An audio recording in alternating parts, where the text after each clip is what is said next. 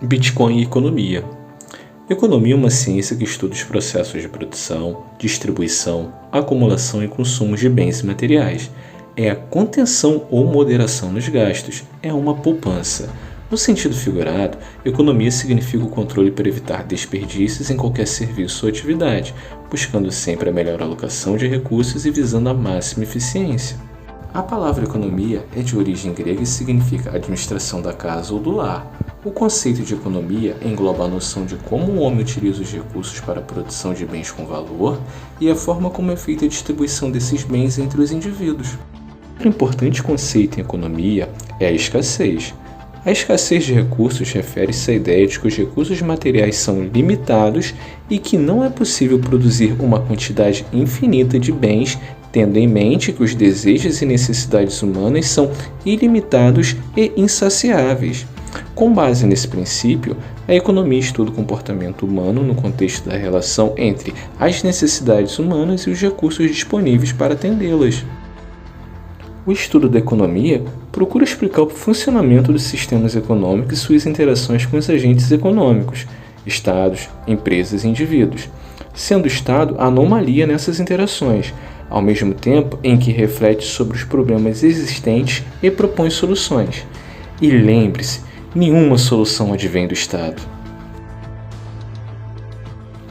A investigação dos principais problemas econômicos e tomadas de decisão baseiam-se em 4 questões fundamentais sobre a produção: o que produzir, quando produzir, que quantidade produzir, para quem produzir.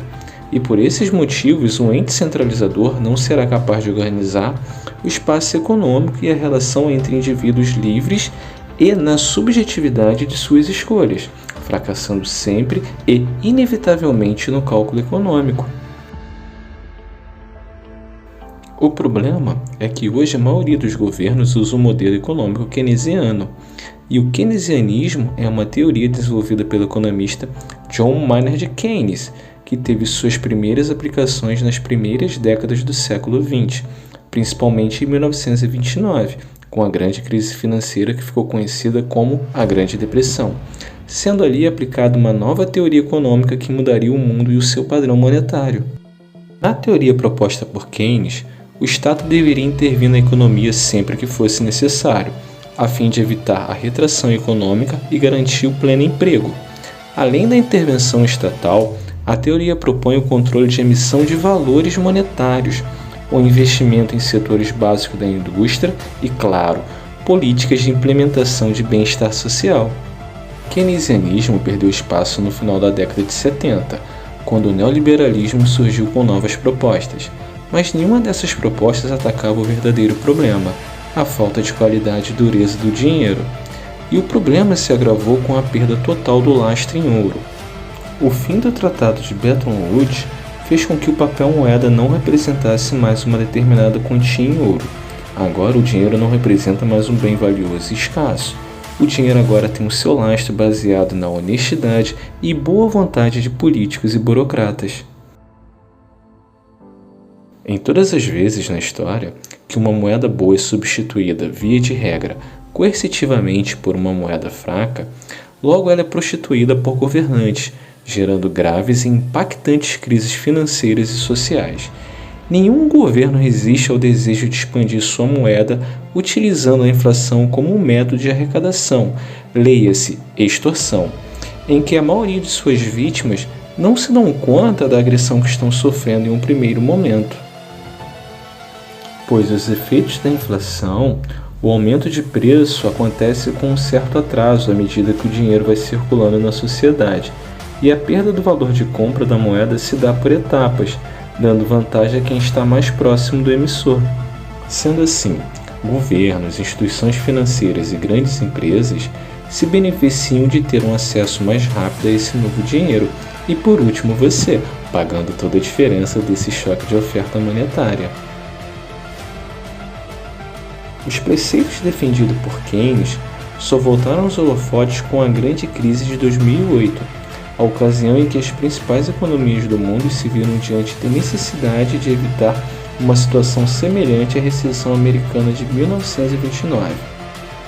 E, Em 2020, esse método que beneficia apenas ao Estado, políticos e seus amigos, entrou em cena mais uma vez e agora em uma dose jamais vista na história da humanidade. Os bancos centrais estão inundando as economias com mais dinheiro. De acordo com dados da Bloomberg, de 2020 até meados de 2021, o mundo passou a ter 15 trilhões de dólares a mais em dinheiro, representando quase 25% de todos os dólares já criados até então. Desde a quebra do lastro do papel moeda com o ouro, os governos sempre possuíram incentivos para emitir mais moedas, mas não existem precedentes para os níveis de impressão de dinheiro vistos desde o início da doença que não podemos mencionar o nome. De acordo com o CEO da Pantera Capital, apenas nos Estados Unidos, em junho de 2020, foi emitido mais dinheiro do que nos 2 primeiros séculos da fundação do país. De fato, cerca de 1/4 de todos os dólares americanos da história foram emitidos no ano passado.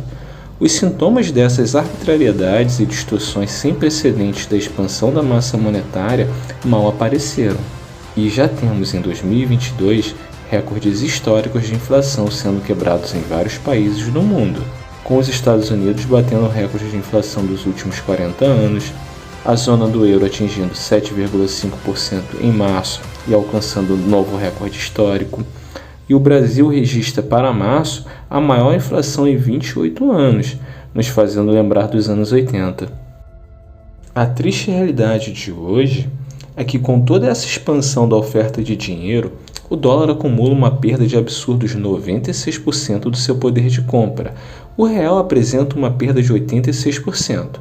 A diferença é que o real conseguiu isso em apenas 20 anos e, mesmo assim, ainda continua sendo a despior moeda brasileira, frente aos 200 anos da moeda americana.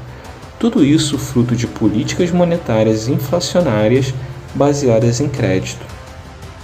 Os impactos da expansão colossal de trilhões de dólares na base monetária no início dos anos 20 ainda irão aparecer, e com isso suas duras consequências.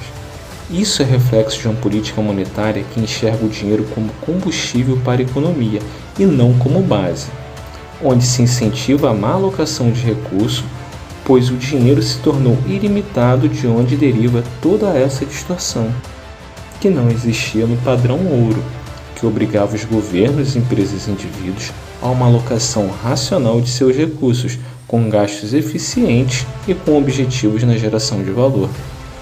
Foi no padrão ouro que a América experimentou um período deflacionário de preço com aumento de produção e riqueza, que crescia ano após ano, preservando e valorizando o poder de compra, uma realidade muito distante dos nossos dias, esquecida e negada nas escolas.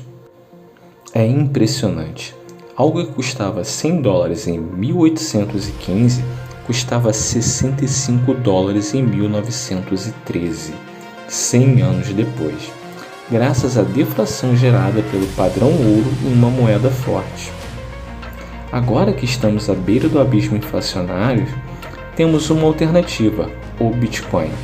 A criação de Satoshi Nakamoto tem as melhores características do ouro e nenhuma de suas fraquezas, sendo o ouro escasso pela natureza, com uma oferta total desconhecida. O Bitcoin é escasso e limitado matematicamente. A divisibilidade do Bitcoin é perfeita e sua portabilidade fácil e global, por ser puramente digital. A rede Bitcoin é transparente e verificável. Apesar de não ser deflacionário, sua taxa de inflação é previsível e decrescente, até o ponto zero, causando sempre um choque de oferta com um corte de 50% do volume da emissão de moedas, que ocorre aproximadamente a cada 4 anos. É a lei da oferta e demanda. Cada vez menos bitcoins são produzidos para uma demanda cada vez mais crescente. Por isso que o valor do Bitcoin só sobe, apesar das grandes correções que tem pelo caminho. O ponto-chave para um bom planejamento monetário é ter uma boa ferramenta monetária, e é isso que uma moeda é. Uma ferramenta que tem que atender a 3 quesitos: preservar valor, ser um meio de troca e uma unidade de conta. O dinheiro não tem valor, ele representa o valor das coisas. Para facilitar nosso entendimento, encare o dinheiro como uma régua. O dinheiro não tem valor em si, ele representa o valor das coisas. Para facilitar nosso entendimento, encare o dinheiro como uma régua, uma unidade de medida. Agora imagine que, ao você utilizar sua régua, você se surpreenda que os 30 centímetros lá fora no mercado ficaram maior e a sua régua já não é o suficiente para aquela mesma medida. Isso é a inflação. E usar uma régua elástica, que nunca volta ao estado inicial, que nunca mantém a mesma medida, não faz sentido.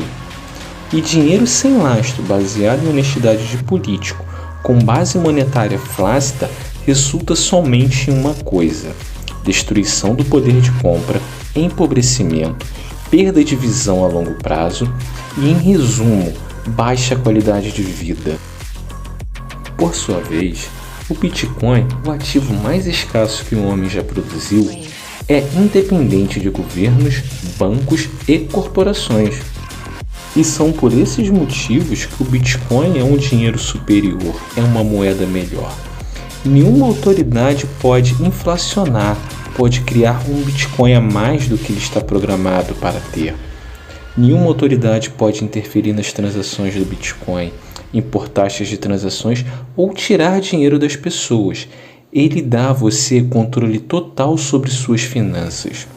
Por esses e outros motivos que a cada dia o Bitcoin capta mais valor de todas as coisas. É o infinito dividido por 21 milhões. Para a doentia política monetária keynesiana, o Bitcoin é a cura. Muito obrigado por vir até aqui. Se gostou, dê o like, se inscreva no canal e compartilhe. E até a próxima. Teremos mais vídeos.